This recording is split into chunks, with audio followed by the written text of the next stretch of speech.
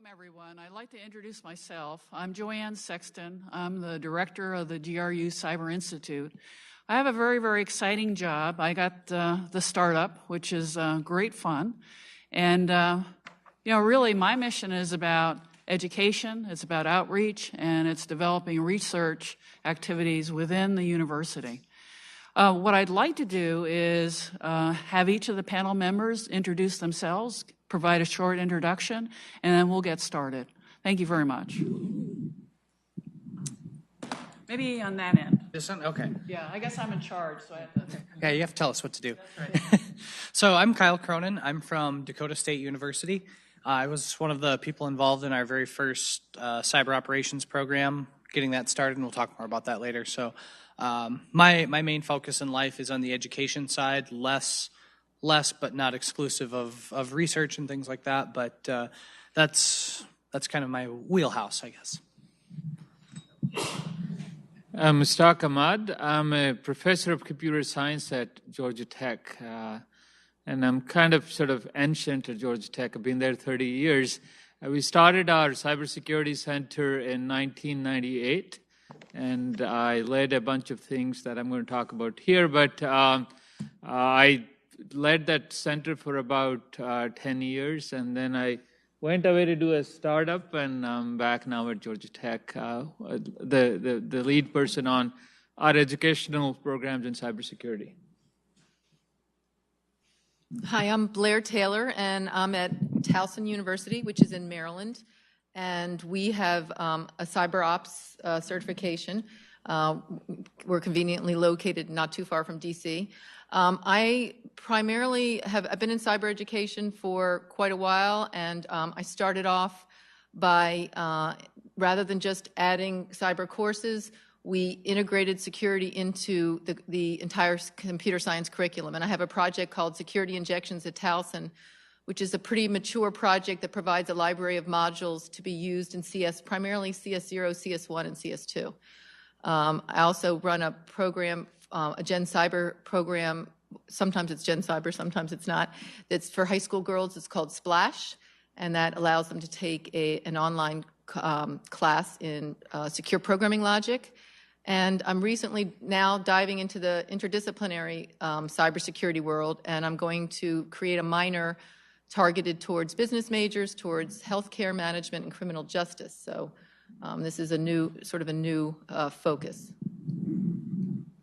Michael Nodekowski. I'm assigned to the Army Cyber Institute at West Point, but I have duty here at Fort Gordon. So I'm a liaison officer between the Cyber Center of Excellence and the Army Cyber Institute up at West Point. I'm a career Signal Corps officer. I've been in the Army about 25 years now, recently redesignated as a cyber operations officer when they went through and created cyber as a branch in the Army. I've taught at West Point for about 8 years throughout my career, 3 in systems engineering and 5 years in the Department of Electrical Engineering and Computer Science.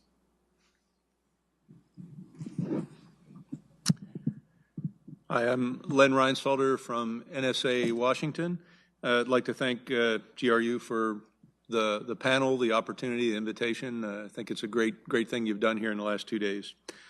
I've been at the National Security Agency for 33 years, and some of the comments you heard earlier about needing all sorts of people and having all sorts of possibilities, I'm not part of the cybersecurity community of interest that's been in existence and collaborating for years and years and years. My background is in language, and that's how I came to the agency, so my degrees were all in Spanish and the Spanish language and literature. I spent 20 years at NSA in operational business, 13 in education. Before I came, I had another 11 years in school systems and college teaching. So the balance of operational and education puts me in a position where I'm responsible for the training of all of our employed personnel. So we train for NSA. The spectrum of skills and abilities that we train people in across 24 different skill communities, each one with a large number of work roles, means that we train across lots of areas and at various levels. Thank you, Len. First of all, let's talk a little bit big picture, what this panel is all about. You know, we know there are plenty of threats, attacks. The world is rapidly changing. And yet each of us who sit at the table have an education piece. How do we innovate? How do we get our curriculum? How do we keep it up to speed? How do we try and predict the future? So this is partly what we're going to try and address for this particular session. Len, I'm going to turn to you first and really talk a little bit about innovation. It was in 2012 that you and 4 CAE cyber operations schools, Dakota State was one of them, that won the U.S. National Cybersecurity Innovation Award. And it was all about setting a higher standard for technical education and these cyber skills, these critical cyber skills we've been talking about. If you could tell us maybe what the goal of that program was and whether it has met your expectations. Yeah, our mission again at NSA is to train the workforce of the National Security Agency.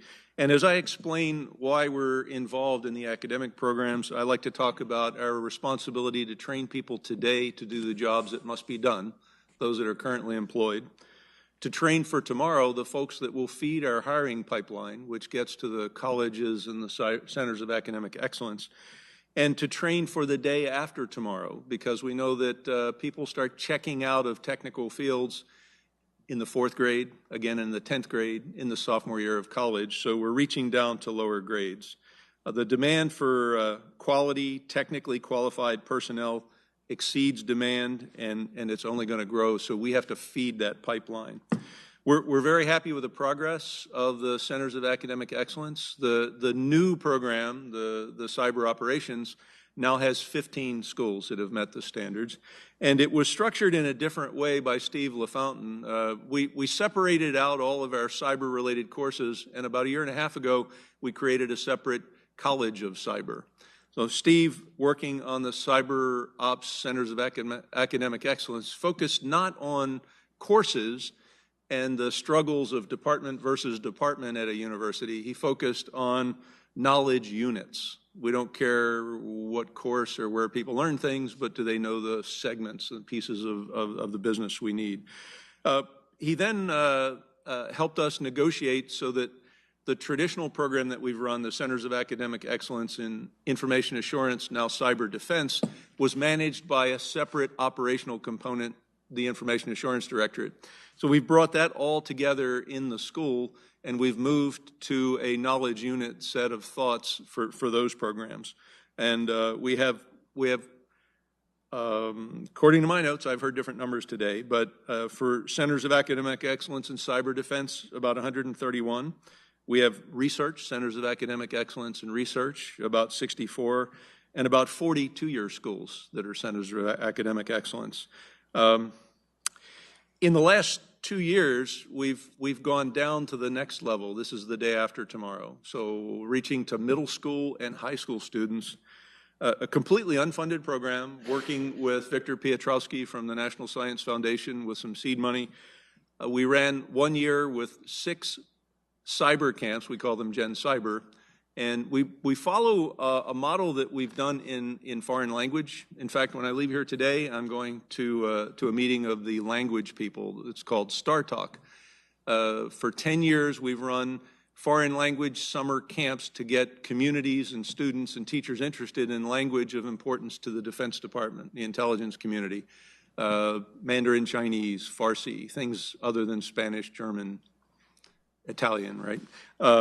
So the model of Star Talk is that we create the incentive, we create the process and procedures and the way to teach and lessons that then are all shared by all of the schools. So we do about 150 camps a year in all 50 states, and 10 years of accumulated information is available to all. That's a pretty powerful model. We thought we could start that in cyber. We started with 6 camps. The structure is in place, but how schools implement it is completely open and flexible, and it leads to creative solutions. After the first year, we moved to this past summer. We ran 43 camps in 19 different states, and it touched 240 teachers. We sent the teachers back with tablets loaded with cyber lessons and computer science lessons that will reach over 14,000 students. We reached 1,200 students in the camps this year. Our intention for next year is to offer 100 camps and to grow to 200 when the program's at full maturity. Thank you, Len. You know, one of the things, NSA has been quite the leader in all of the programs we develop, and partly in inviting our panelists today, GRU aspires to be a CAE school, aspires hopefully to do cyber ops, certainly hopes to grow in the research area, and all the experts here, you know, they've already achieved that. So I'm going to be a little selfish here and ask a question, especially on the cyber ops to Kyle. How hard was it? What were the pitfalls? What did you have to do to get there? So going down the cyber ops route, DSU, we were kind of lucky to begin with. So we're a small school in South Dakota, so we're focused on producing graduates for local employers, typically. So our cybersecurity program had initially evolved as a kind of a policy and governance program. And if we look at the businesses in that area, that market saturates pretty quickly, so we had to evolve. So we began evolving to more of a networking focus with the security components built into it. And then from there, when CyberOps came around or was starting to bubble up, we realized, well, we could take a lot of these security components and bolt them on to computer science. So we almost have the Venn diagram of programs that exist now. So we have the computer science that shares that deep technical computer science programming knowledge with the cyber operations degree, which is a major focus in that deep technical understanding of what's going on inside of the computer. So we already had a lot of that groundwork built up. So we basically, kind of through a hybrid approach, bolted this security and computer science and networking into one unique program. There's a lot of challenges going down that road, though. So one of the major challenges when we start doing that is teaching our students cellular and mobile technologies. We really focus on being a hands-on school, and one can't just go fire up an LTE base station at a university and start broadcasting out and connecting people's cell phones. There's a little bit of red tape that goes into that. So there's a little bit of infrastructure work that we had to do. There's also a lot of almost, I'd say, fear from our administration initially. So when we say we're going to make a really strong partnership with the National Security Agency, and we're going to help train the new cybersecurity professionals and be a funnel for them, we're going to bring some attention to us. So there's this all-out fear that there's going to be doom and gloom with our IT department, our IT systems. And just go knock on the wood panel back there. I guess nothing really ever came of that 4 years later. But the path that we went down, though, it took a little bit of revamping of curriculum to make sure that we were actually focusing on those knowledge units. But the way the program was set up, it made that a lot more flexible to us to now we didn't have to focus on specific this class, this class, this class. We were able to actually see individual knowledge units and say, oh, we already have a lot of those pieces, as opposed to do you offer a class on specific topic A, B, or C.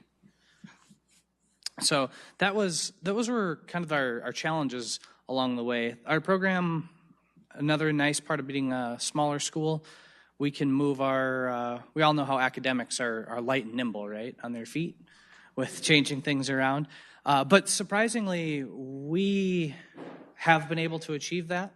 In this cybersecurity realm, we're already working on our curriculum modifications for next year. You know, those are already being turned in, and we're already working on the ones for the year after that, because we have to stay on the edge too. So that is one of the other major problems, that it's a communication issue that we have to start breaking down those walls and working across the campus with our administration and curriculum folks in order to make sure we're really up to snuff with what we're really doing. Well, thank you, Kyle. Colonel, I'd like to turn to you next because West Point has a very, very interesting, it's called a Career Leader Development Program. Maybe you could share with us the intent and promise of that particular program. So the CLDP, we call it, was started about 2 or 3 years ago, and the intent of that was to try to have a more formalized program for developing cyber leaders at West Point. We thought that at some point that cyber would become a branch in the Army and that the Army would want to find out which officers had been trained and educated in that space, and also looking at future, how do we develop those folks as they're coming up through their college courses and are able to contribute to the Army upon graduation. So that the Cyber Leader Development Program, CLDP, was created for that. And it's basically a set of in-class and out-of-class exercises.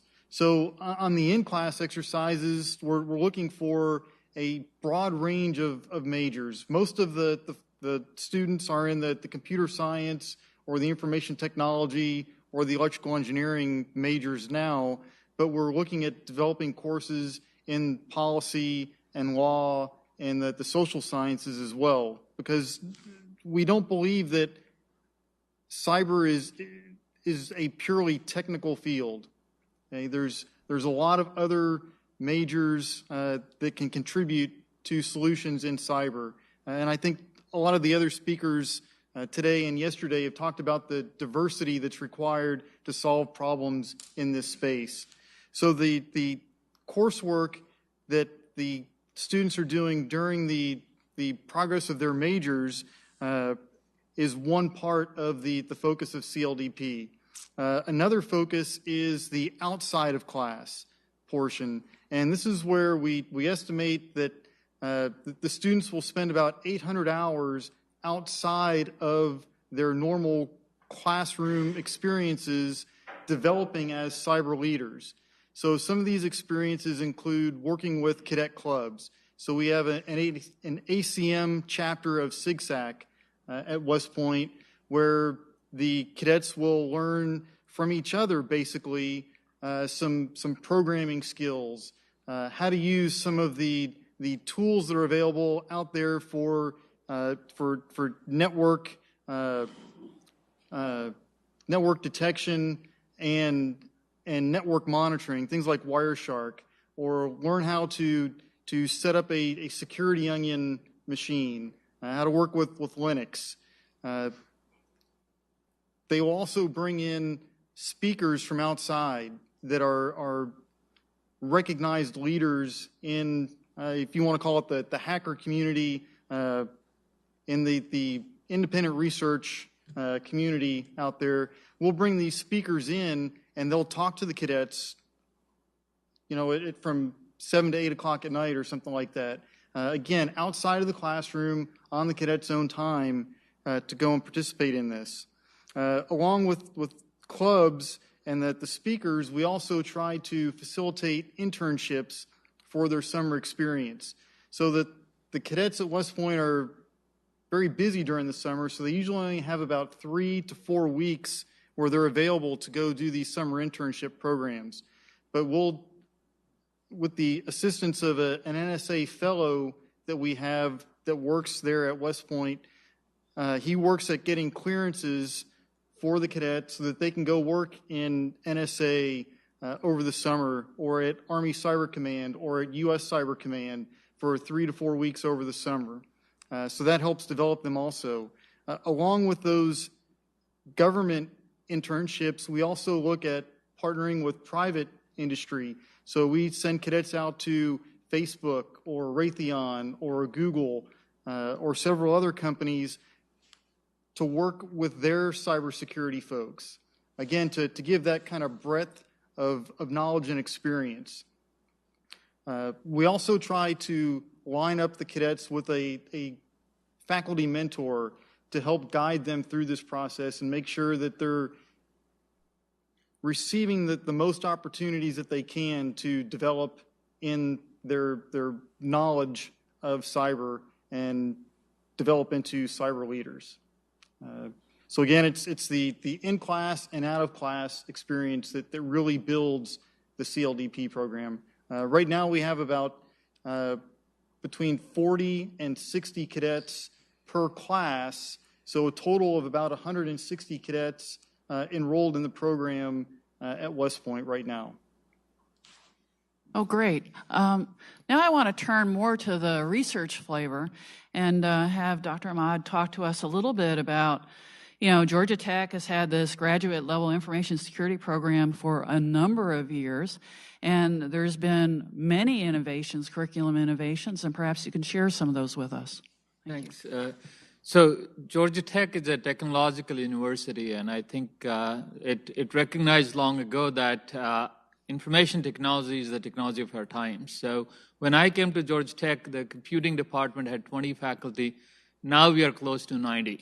So with IT everywhere, we keep saying IT security everywhere, which means that we have to, as the general said in the morning, sort of focus on the few, many, and all who come to Georgia Tech. So to address the few is our master's program in cybersecurity. So research refreshed. The courses focus on the body of knowledge of cybersecurity. They're owned by faculty who are leaders in the fields and so on. It's a fairly small program. We take about 25, 30 students each year.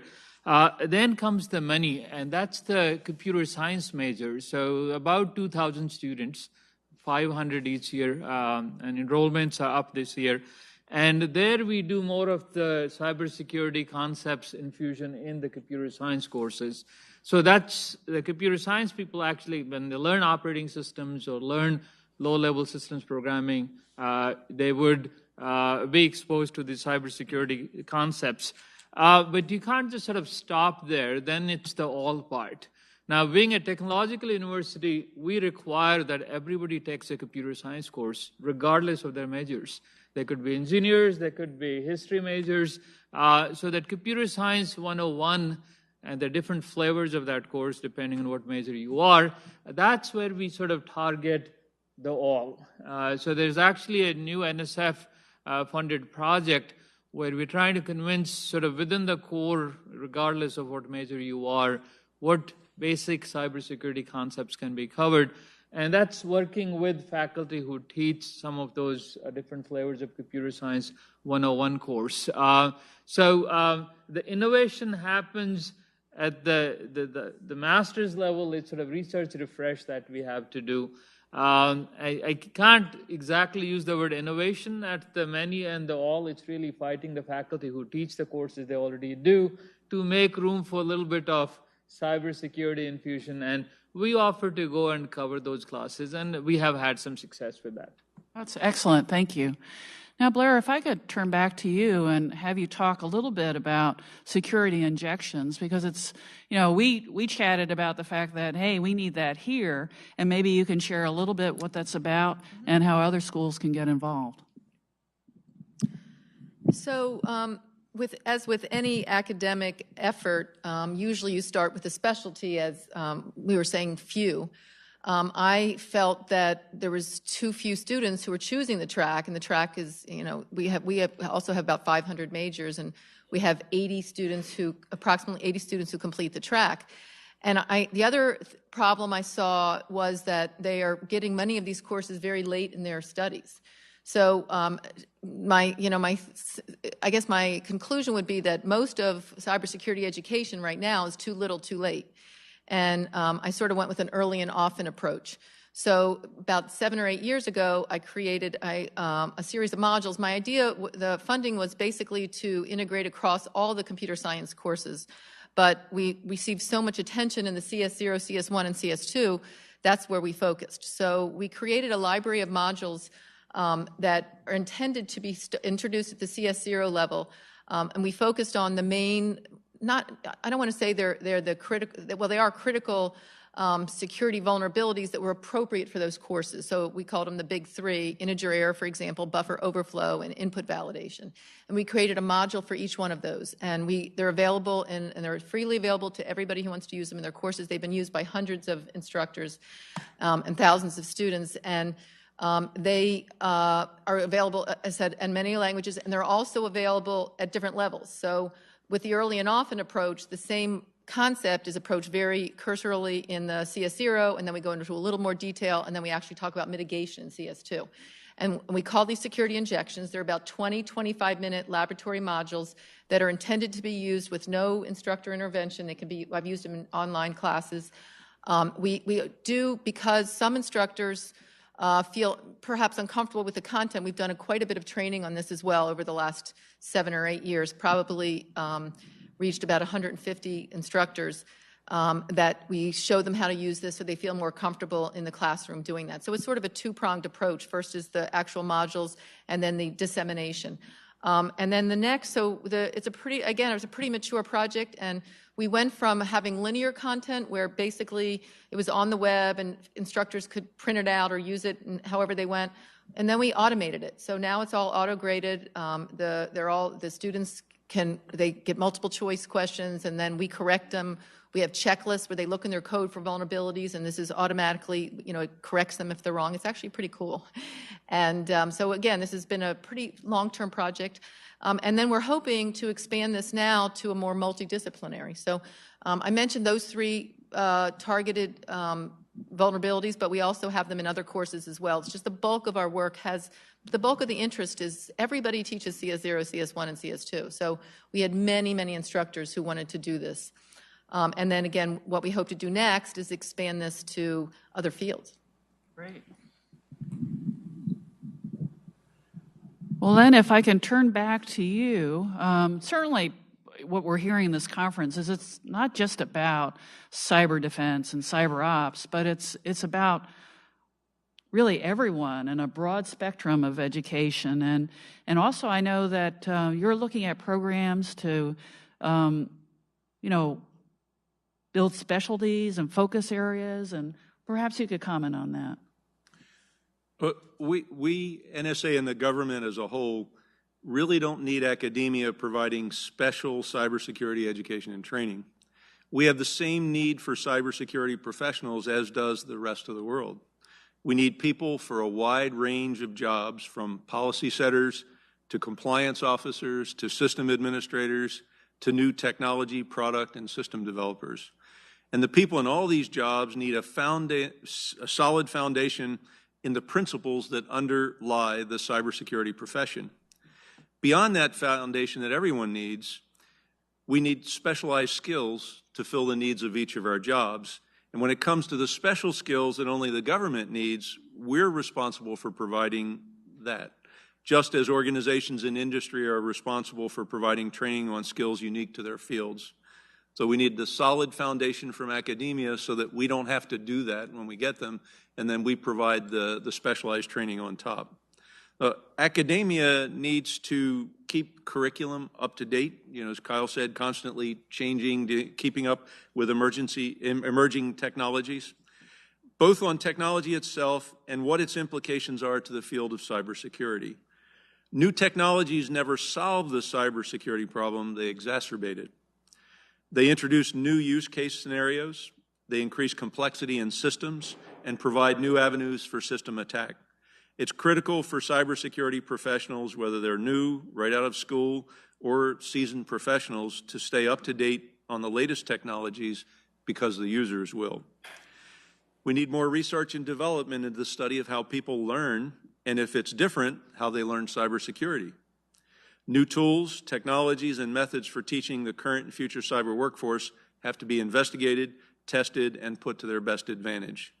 The next generation of cyber professionals need more than just the knowledge. They also need extensive hands-on experience in real-world scenarios. This is critical to providing the best, most effective cybersecurity workforce. Because all cybersecurity professionals need that solid foundation and then also need specific new information as things evolve and change, There's a strong need for formal academic programs which provide the full spectrum of knowledge and experience possible, while there also remains the need for commercial training providers to cater to the existing professionals that the existing professionals need to augment and refresh their skills.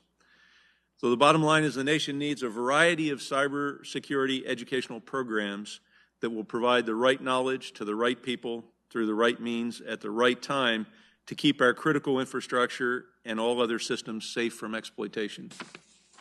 Well, thank you, Len.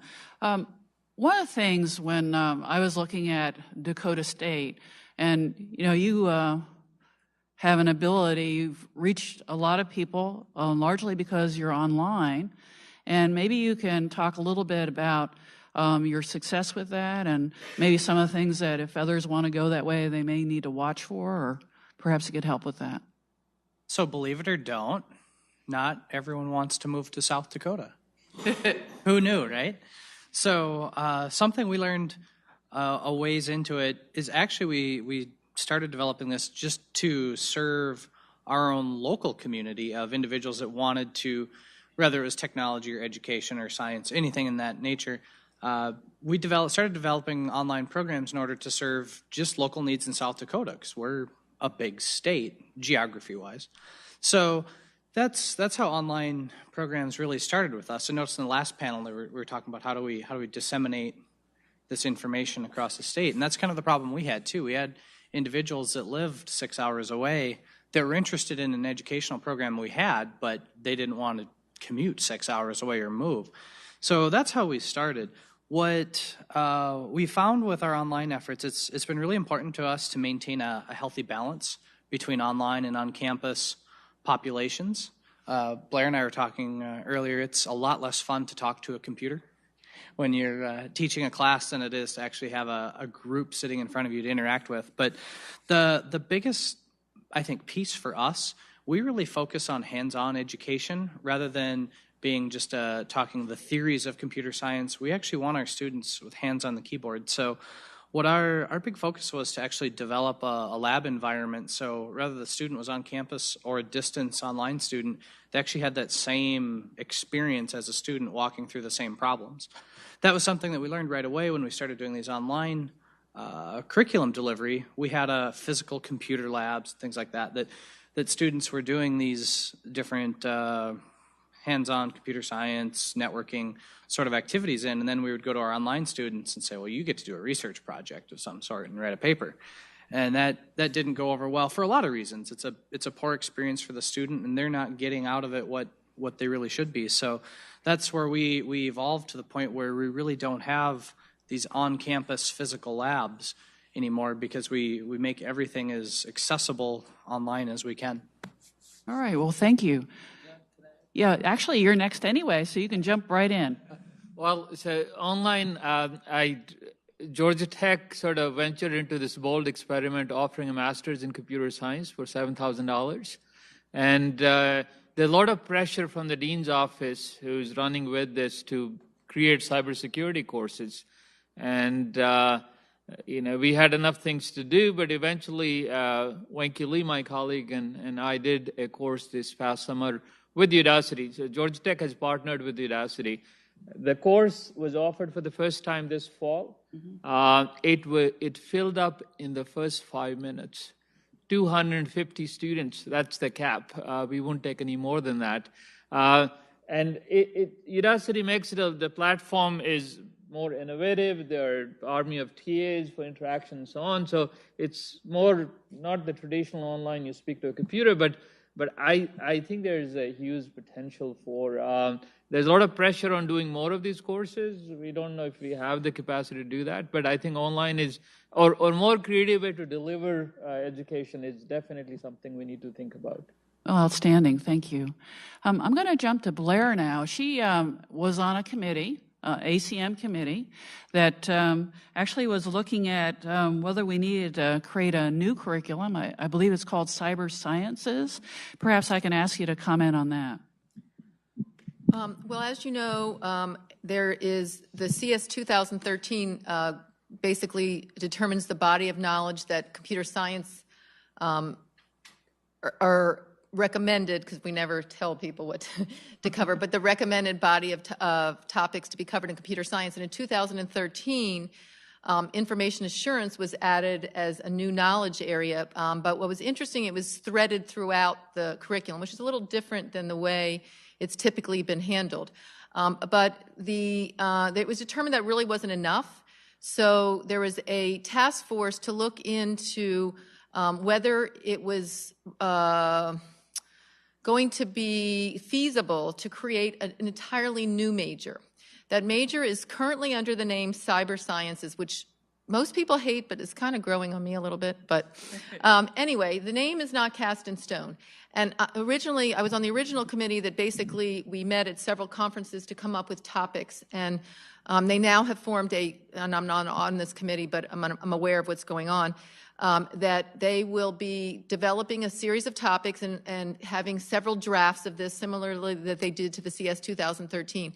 The timeline is December of 2017 is when this committee is supposed to have a fairly formal, the final draft. I don't want to say final draft, but a draft that will be available. But along the way, they'll be introducing it at various conferences and things like that. So I think there's about a 5-person task force and several different areas that they're working on to work on this new cyber sciences. It'll be interesting to see, and I'm sure it'll be a very interesting discussion because everybody thinks they know what should be in this new curriculum.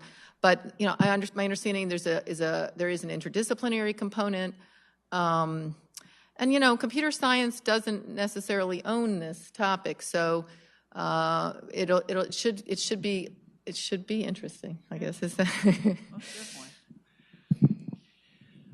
Well, now I'd like to shift to the Colonel, and we've actually talked a bit in the past. We've talked, a lot of threats, the pervasiveness of the attacks, and it's not just about computer science, as Blair has just pointed out. How do you go about extending cybersecurity knowledge outside of computer science? And if you would care to comment on that. So one of the things that we've done in the Army Cyber Institute there at West Point is we intentionally created it as a multidisciplinary institution. So we have faculty members that span from computer science, electrical engineering, math, systems engineering, history, policy, law, and social sciences. These faculty members then that are part of the Army Cyber Institute, part of their job also is to teach in those departments at West Point to the cadets. So they're developing courses that are a cyber ethics course, for instance, is one of the courses that's developed. The history, we actually have 2 faculty members from history that are looking at trying to go back through history to see where innovations such as cyber is now have helped shape modern warfare. Again, in the math department, creating specialty courses dealing with cryptography and some of the other math, the network science part of cyber, to get that out to the cadets across all majors.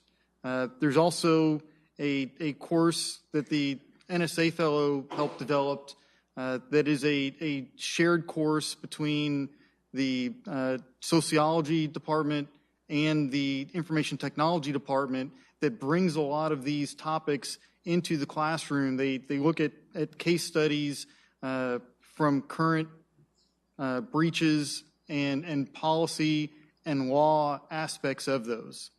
So that's how West Point is trying to make this a multidisciplinary effort. Again, going back to the all, many, few, trying to expand out exposure to cyber topics across the entire Corps of Cadets. Well, thank you. One of the things newly assigned to be the director of the Cyber Institute here, I have to ask Dr. Ahamed, who's just recently completed his role, what role should a Cyber Institute play in curriculum development or a strategic vision of a university? So perhaps you could help me with that. So I could have a very brief answer. That's hard for a professor to do, but at Georgia Tech, we served as a catalyst for things that needed to be done. Faculty need a lot of convincing. So I think you start the conversation, but you're going to need a lot of help from everybody. Okay, so fact that there's a center or the institute is a reason you can demand that they find some time to see you. Right. That worked very well. I think when I assumed the director position, I said I want unlimited number of faculty slots, and they said we don't know what the unlimited number is, but go find as many good ones you can, and I think that'll do. And I think I was able to find 5-6 people in the first 3-4 years. And Georgia Tech, between computer science, electrical engineering, have about 12 cybersecurity faculty. So you have to have that critical mass. If you don't have it, calling it an institute, you're doing disservice to the word in some sense. So. Yeah. Well, thank you. Yeah. Len had mentioned a little bit about cyber camps, and I wonder if Dakota State would like to talk about theirs. They were one of the first 6 and definitely had one this summer, so perhaps you could tell us about that. Yeah, so under the Gen Cyber funded or administered through NSA, funded through NSF, but we were one of the first kind of inaugural, I would call it like a beta camp in the 2 years ago, and then this year we actually operated 2 summer camps on campus. So what we did, again, the South Dakota problem, we brought all of our kids to campus. So we brought 200 high school kids in a co-ed camp, and then we also had a separate girls-only camp for rising 8th through 11th or 12th graders. So we had in total in 2 separate camps, 300 students on campus this summer. They spent an entire week with us, and we went through some basic core, going from networking, computer science, and then cybersecurity, so get everyone exposed to that. And then they had optional electives that they could do in topic areas that interested them, like forensics and soldering, and I'll draw a blank on all of them now because there's like a list of 30 and I can only remember 2. But brought them all to campus, and the overall goal of them is to not really that my statement was, I don't actually care if they leave and have some factual knowledge or anything like that, but we have this pipeline, and there's a pipeline issue in this cybersecurity industry. I don't even think we're meeting the deltas of growth and demand. So we have to start recruiting people younger and younger and younger and getting them interested younger and younger and younger, because when they're looking for college, it's too late. It's far too late then. So the overall goal when they leave our camp, and I'm sure Blair's the same way, is that not necessarily that they've walked away with a massive amount of new knowledge, but they now have an interest or a desire or an inspiration to actually look at this cyber industry as a whole, even if it's not a security specific thing, but look at the things that they can do inside of technology. Great. Blair, perhaps you'd like to talk about your Gen Cyber Camp. So mine is quite different. Mine is a program called SPLASH, which stands for Secure Programming Logic Aimed at Seniors in High School. And mine was not residential, and it was a 4-credit college class that we admitted 14. We took 14 girls this past summer, and they took the course for 8 weeks during the summer. It's a programming logic class that I use my security injections. It's very stringent. They use all the same tests and all the same lab assignments, and have all the lectures are fully video recorded. These are the top of the trees. These girls who are self-motivated to choose to do this type of activity during the summer, and they prove themselves to be that way. I mean, extremely high achieving. I think they say don't measure it with grades, but that's the measurement that I had. I had 14 girls, 13 had A's, A minuses or A's. I had 1 C+. This is extraordinary. I mean, I usually give a handful of A's in my class. So that they were very successful. I think they also were surprised at what I have a theory that we sometimes use some of the wrong techniques to attract girls to the field. I think cybersecurity may be finally doing something that they're going to be interested in. So they love the security component. They love the logic. They love programming logic. They were surprised. This is what it's like. They just had no idea. They did extremely well. I do a little bit of they have labs, over 10 labs that they do using C++. But I also did a creative component, which actually is really awesome. I just kind of threw this in a couple years ago, where I asked them to do a creative project on software security. And I had videos and poems and songs, and they would knock your socks off. I mean, I had three girls do a video on input validation that is probably one of the most effective educational videos I've seen, and it is using a paper plate. And they write on the paper plate and they talk about input validation. So it was just another way for them to think about. One of the things is the most important thing that you ever told when you get a bunch of security experts together and they said, what is the most important thing you can do to help in education? And that is to get a security mindset. And that's what we aim to do in these camps. We try to start that early. And in these programming class was the idea that these girls understand that software security is crucial in any type of career. And they also were very drawn to the career. So all the girls said they had never considered a career in computer science before or never considered a career in cybersecurity, and now they did. So my program, compared to all the other camps, was small numbers but high impact. But I feel like many of the girls were actually going to choose this as a career and a major. So it was the online component is challenging. You don't know what they're doing. You think, oh my gosh, are they getting this? And I had a lot of things. I don't know if you are familiar with high school girls, but their hours are much different than my hours. So I say I'm in my office from 9 to 5. 8:30 at night, they'd all wake up and all the questions would start, and I'd finally have to cut it off. I use Facebook as a means of interfacing with them. It was really highly effective as well, except they started answering their own questions because I wasn't awake at 2 in the morning. But I've been doing this program for 3 years, and it's been. I think I really like the way that it's turned out.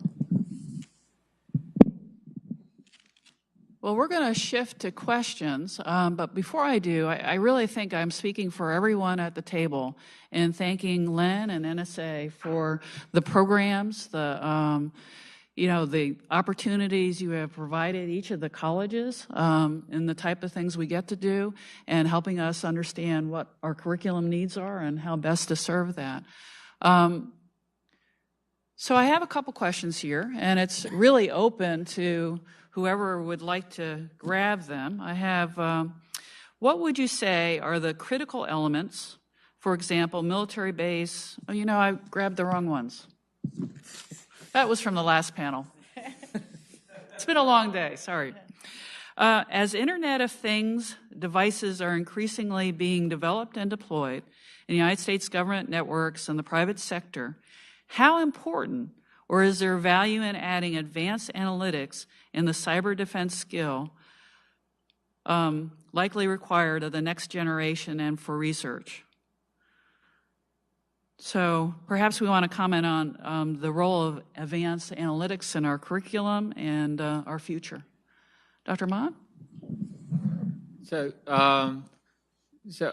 I think, achieving perfect security is like achieving world peace. So we should give up on that. So what we can do is monitor and do analysis. And I think analytics is, Georgia Tech has a master's program in analytics.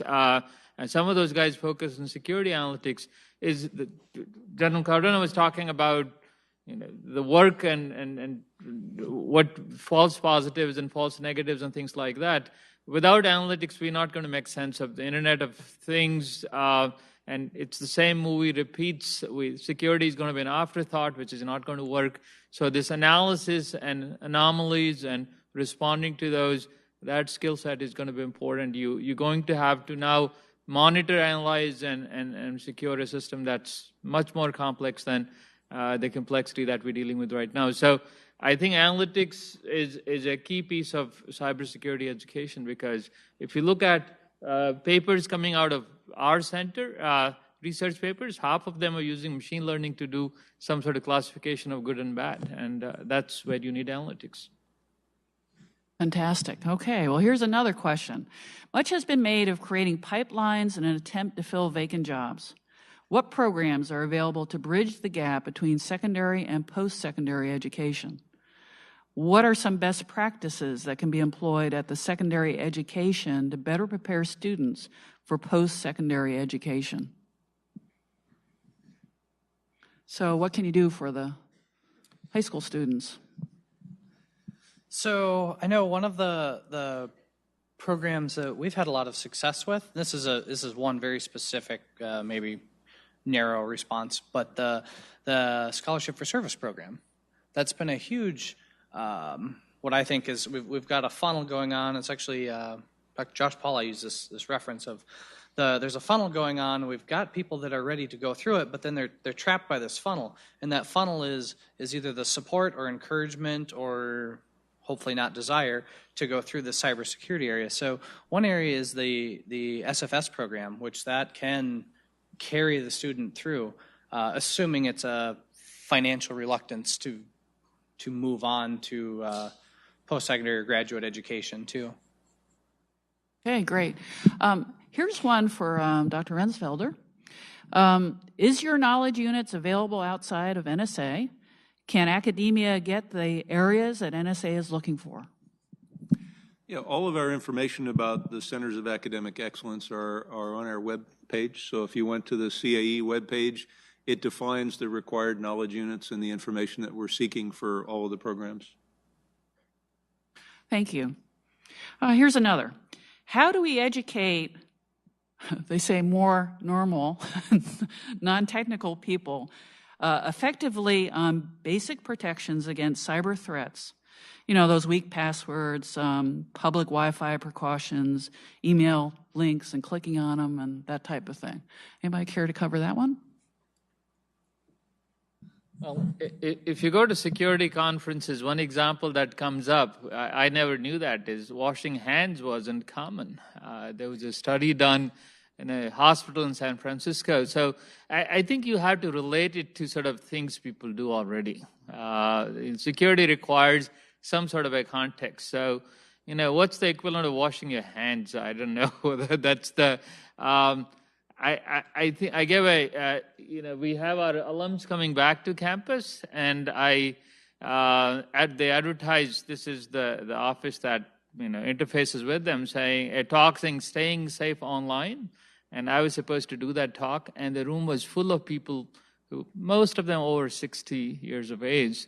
And how do you talk to them about staying safe? And it was a very interactive kind of discussion. They had a lot of ideas, but you have to relate it to something concrete. And security is not a new thing. We've been dealing with it for a long time. So you just have to do some mapping. I think that helps. Okay, that's great. Actually, I have a question for Blair here. They want to know the paper plates video. Is it online? Is it available to all? Yes. So everything in both projects that I talked about are available. First of all, the security injections it's www.towson.edu/security injections. All the modules are there. All the languages are there. Right now, you can see the content. If you desire the more animated versions, we call it version 2.0, then you do a request. But you can see everything, the content there. And within 2 days, we'll have you set up so that you can have your classes and your students using these modules in the fully automated fashion. The information for Splash, www.towson.edu/splash. So all the content for that is available as well. So everything is, these are both funded projects, and all the content is free. I meant to say that everything is freely available, and there's contact information on there as well. Colonel, you talked a little bit about the importance of ethics in a cybersecurity curriculum. It's not just for computer science, though. I mean, isn't it really across the curriculum? What is West Point doing, or... As far as ethics? Yes. So there are several classes that the cadets are required to take. in basic ethics. One of the things, though, that I guess we spend some effort on is whenever we discuss these tools or pieces of software or techniques that the bad guys use, if you will, is we always talk about ethical use of those tools. So we always talk about ethical use of these tools to the cadets as we're teaching them to them, and it's I guess it's easier for the military academy to use an analogy like, hey, we're going to teach you how to fire your M16 or your M4, but we do that on a range. You're not going to take it downtown and try that out. It's the same thing with the cyber tools. You're going to do that in a very constrained environment. You're not going to go down to the McDonald's Wi-Fi and see what you can find there. So we try to incorporate the ethics of the use of the tools as we're teaching them. But there are also ethics that the cadets learn, day-to-day use of ethics throughout the courses also. Thank you. Here's another question for Kyle. At DSU, did you create your own online labs, or did you use a publisher's or someone else's labs? I don't want to step on any toes, but every publisher's online labs I found I absolutely despise. So no, we create our own. And usually when we look at publishers' labs that they've created, there's a lot of limitations in that, rather the scenario or the simulation they're walking them through is so emulated and so fake. The set an IP address on a computer, well, there's 20 different ways you can do that. But this particular publisher said, this is, thou shalt do it this way, for example. So for that reason, we create everything on our own, which has a lot more time commitment, but the outcome of it is a lot more beneficial. Oh, great. Okay, here's another question. Many cyber exploits come from vulnerabilities due to bad coding procedures. For instance, not cleaning up bad code and simply coding around it. How can we engender better coding to prevent vulnerabilities?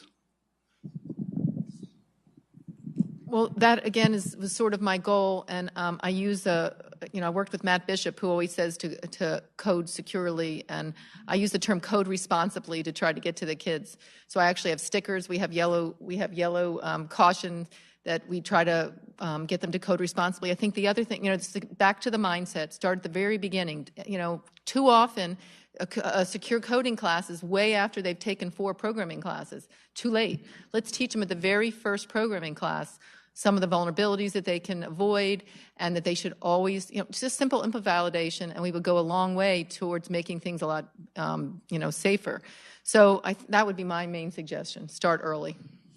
So I do want to add that now there are a lot of tools actually you can use to run your code through them to see whether you've done the right thing. So, you produce some piece of code, that's just because it works, you don't stop there. You have to ask this question, should I test it, free of, and there's some really good, we made a lot of research side, we made a lot of progress in building tools to make sure code doesn't have vulnerabilities. Very well, okay. Well, this is a question for you. It's, is there any interest from Georgia Tech to partner with other schools to have stronger computer science and cyber programs? I think the short answer is this is above my pay grade, but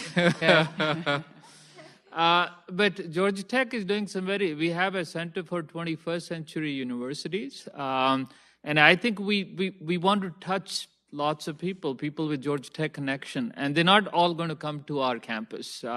We're actually doing a hosted program 7,000 miles away from our campus. Faculty goes there to teach. The other universities, we have research relationships, we have really strong ones. So I think if there's a good idea, my provost may not like it the first time, but I go back and try it again. But he's big into the Georgia Tech brand and who we associate with. So I had to do some convincing. Yeah. Well, thank you, because that was a tough question, a little bit unfair. But actually, this concludes our panel, so please come on down with more questions that you may have for each of our panelists, and thank you very much for your attention.